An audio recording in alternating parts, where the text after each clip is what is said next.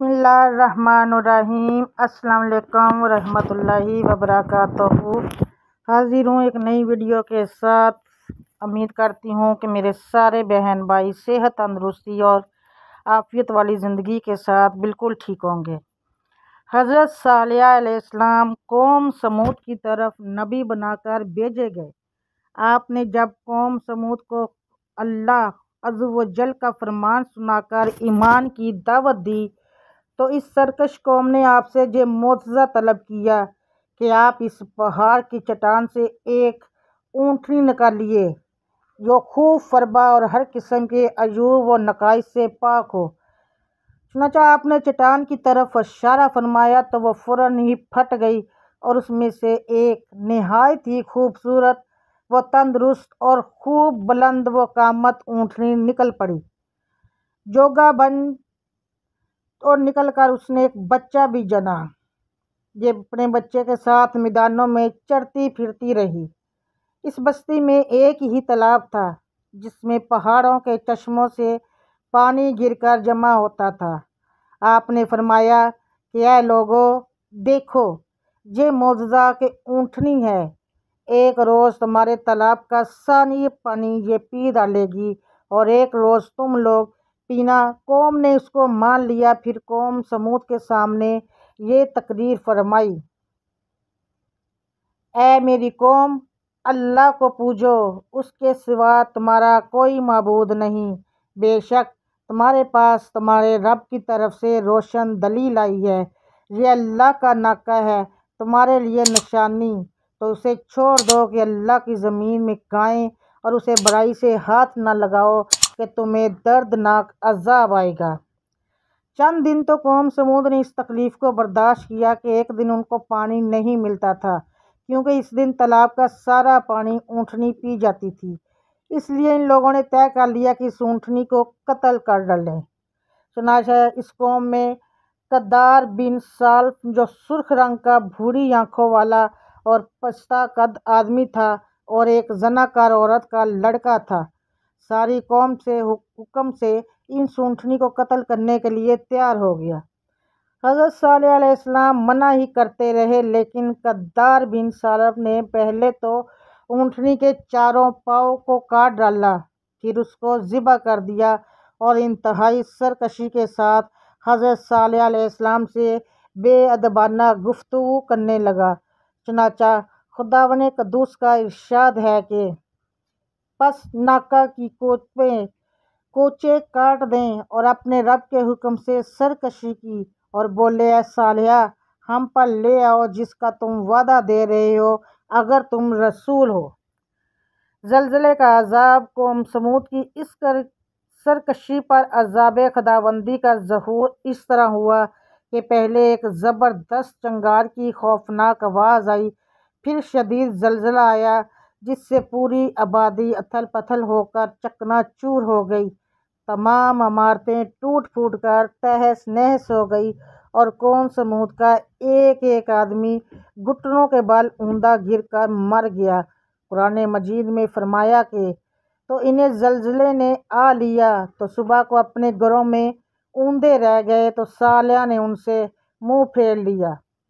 حضرت صالح علیہ السلام نے جب دیکھا کہ پوری بستی زلزلوں کے جھٹکوں سے تباہ و برباد ہو کر اینٹ پتھروں کا ڈھیر بن گئی ہے اور پوری قوم ہلاک ہو گئی تو آپ کو بڑا صدمہ اور قلق ہوا، اور آپ کو قوم سمود اور ان کی بستی کے ویرانوں سے اس قدر نفرت ہو گئی کہ آپ نے ان لوگوں کی طرف سے منہ پھیر لیا اور اس بستی کو چھوڑ کر دوسری جگہ تشریف لے گئے، اور چلتے وقت مردہ لاشوں سے یہ فرما کر روانہ ہو گئے: اے میری قوم، بے شک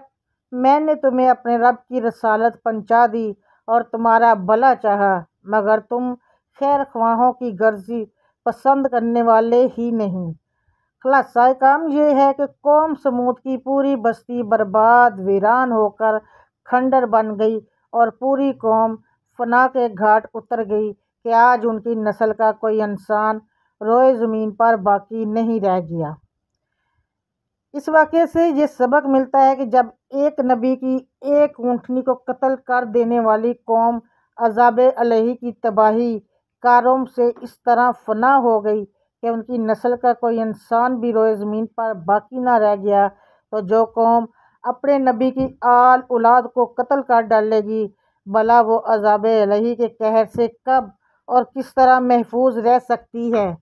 چنانچہ تاریخ شاہد ہے کہ کربلا میں اہل بیت نبوت کو شہید کرنے والے یزیدی کوفیوں اور شامیوں کا یہی اشر ہوا کہ مختار بن عبید کے دور حکومت میں یزیدیوں کا بچہ بچہ قتل کر دیا گیا اور ان کے گھروں کو تاخت و تاراج کر کے ان پر گدھوں کے ہل چلائے گئے، اور آج روئے زمین پر ان یزیدیوں کی نسل کا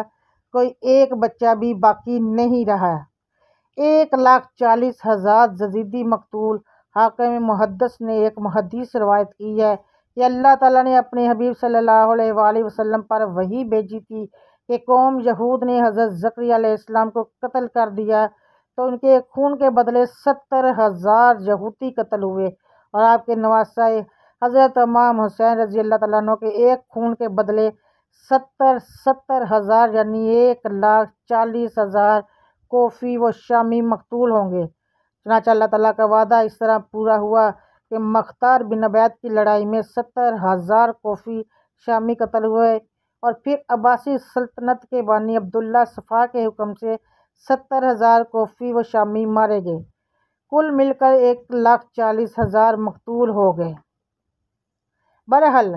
یاد رکھیے کہ اللہ تعالیٰ اپنے محبوبوں کی ہر چیز کو اپنا محبوب بنا لیتا ہے، لہٰذا خدا عز و جل کے محبوبوں کی آل و اجواز ہوں، یا صحاب و احباب، یا ان سے نسبت و تعلق رکھنے والی کوئی بھی چیز ہو، ان میں سے کسی کی بھی توہین اور بے ادبی سے خداوند کے قہر و غضب ضرور کسی نہ کسی عذاب کی صورت میں ظاہر ہوتا ہے۔ لہٰذا ہر وہ چیز جس کو اللہ عز و جل کے محبوبوں سے نسبت حاصل ہو جائے، اس کی تعظیم و تکریم لازم و ضروری ہے، اور اس کی توہین و بے ادبی عذاب الہی کی ہری جھنڈی اور تباہی و بربادی کا سگنل ہے۔ عذاب کی زمین منحوس روایت ہے کہ جب جنگ تبوک کے موقع پر سفر میں حضور صلی اللہ علیہ وآلہ وسلم قوم سمود کی بستیوں کے کھنڈرات کے پاس سے گزرے تو آپ نے فرمایا کہ خبردار،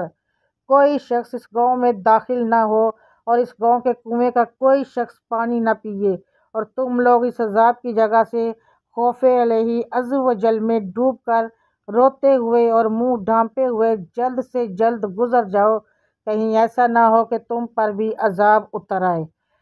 اللہ تعالیٰ ہم سب کے صغیرہ کبیرہ گناہوں کو بخشے اور ہم سب کو اپنے حفظ و امان میں رکھے۔ اجازت دیجیے، ملوں گی نیکسٹ ویڈیو میں۔